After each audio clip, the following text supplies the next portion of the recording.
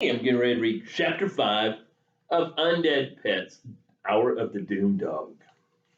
You should have seen it, Damon smiled. There was ice cream everywhere. Everyone was staring. Joe scowled at his cousin. They were back in the hotel now, sitting in the hotel lounge with Mom and Aunt Kate. Uncle Lynn and Dad had gone off to play pool. Sarah and Scarlett were sitting a few tables away with the bride-to-be, Megan, and some of her friends. Frankie was in the lobby, keeping watch. Joe was glad. He still wasn't speaking to the crazy dog after the ice cream incident. Don't worry about your Sundays, said Aunt Kate. You should have seen the mess Damon got into on summer vacation last year. The smile vanished from Damon's face. He knocked a whole plate of spaghetti onto his lap. Aunt Kate beamed. No, I didn't, snapped Damon. He was so embarrassed, Aunt Kate said with a wiggle, especially since there was a bunch of teenagers at the next table. She went on, they thought it was hilarious. No, they didn't. He ruined his favorite jeans, too, added Aunt Kate. Damon glared at his mom. Oh, look, Mom exclaimed. There's great Aunt Marion and great Uncle Bob. She waved to an old couple who appeared in the lounge. Helen, Kate, the older woman swept over, gathering Joe's mom and her sister up in a huge hug. Then she turned to the boys. And this can't be Joe and Toby. And Damon, too. Wow, look how you've all grown. What handsome boys. Joe grimaced as she hugged him. Great Aunt Marion smelled a stinky perfume, and she held a big lipstick kiss on his cheek. Felt, and she left a big lipstick kiss on his cheek. Over the next few hours, the lounge gradually filled up with relatives and family friends arriving for the wedding the next day. Joe lost count of the number of people who hugged and kissed him and told him how big he was. It was nearly 9 o'clock when Mom came over to where Joe and Toby were playing cards with great Uncle Bob. I hadn't realized it was so late, Mom said. It's time for bed. I'm not tired, wailed Toby. I never go to bed at the same time as Toby, added Joe. Damon looked up from his portable games console and smirked. No one was sending him to bed. Can't I stay up a bit longer, pleaded Joe. It's just for tonight, Joe. I need you to keep an eye on Toby for me. But, Mom, how about a game of mini golf in the morning, said Dad, trying to cheer Joe up.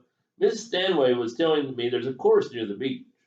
Great idea, boomed Uncle Lynn. Count me and Damon in. Good plan, said Mom. It'll give me a chance to throw on the girls' hair. Joe's mom was a hairdresser, and Megan had asked her to help out with the bridesmaid hairstyle for the wedding. I bet you $5 I win at mini golf, Joe whispered to Damon. Damon's eyes glittered. You're on. As Joe followed his mom and Toby out the lounge into the hall, Frankie appeared. He was wagging his tail instantly, as though the ice cream drama had never happened.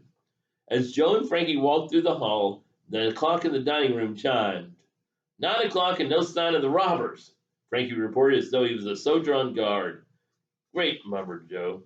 Have you figured out what they're after yet? Frankie asked. Joe hung back as Toby and Mom headed for the stairs. Toby was telling Mom all about the haunted street of Harbor. Don't know, Joe shrugged. Money? Jewels? Frankie gave a disgusted snort. How can we stop them if we don't know what they're going to steal? Before Joe could answer, he heard footsteps. Mrs. Stanway walked out of the lounge carrying 2 cash boxes, balanced one on top of the other. Frankie's tail began to drum on the floor, and he let out a little whimper of delight at the sight of his owner. Hello, young man, she called, smiling at Joe. Are you having a nice time? As she spoke, she stumbled slightly on a crease in the carpet and dropped one of the boxes. Joe rushed over to help. Then he gasped. The box had opened and spilled money out. Thank you, darling, said Mrs. Stanway, and Joe pushed the bills and coins back in the box. I've been emptying the registers. Can I help you carry it? Joe asked. That's very nice of you, Mrs. Stanway replied with a smile. Frankie trotted after them. Inside the office, under a large, messy desk, was an old metal safe. My grandfather bought it back from Chicago, explained Mrs. Stanway proudly. They don't make them like this anymore. She twirled a small dial on the front, first one way and then the other. The door creaked open. Joe's eyes nearly popped out. The safe was stuffed with money. All ready for the bank on Monday, explained Mrs. Stanway, emptying the boxes and shoving the cash inside. She tried to close the door, but it wouldn't shut properly. Oh no, the door is a bit of a pain. She gave it another shove, and this time it closed. As Joe and Frankie went back into the lobby, a thought was forming in Joe's brain. I bet that's what the thieves are after, he murmured. The cash in the safe. Frankie growled. Outrageous! How dare they? There must be thousands in there, added Joe, and it wouldn't take much to get the door open. So what's the plan? Demanded Frankie. How can we stop them from stealing Sylvia's money? We'll have to keep watch outside the office tomorrow. All day and all night, growled Frankie. The thieves could strike any time.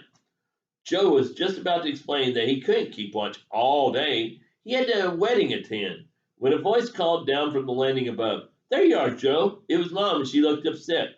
One minute you were behind us, the next you were disappeared. Oh, I'm sorry. I'm afraid that's my fault, said Mrs. Stanway, coming out of her office. Joe was helping me carry the cash from the bar. I hope that was all right. Oh, of course, said Mom. That was very nice of you, Joe. Good night, darling, Mrs. Stanway said. See you in the morning. And that's the end of chapter 5.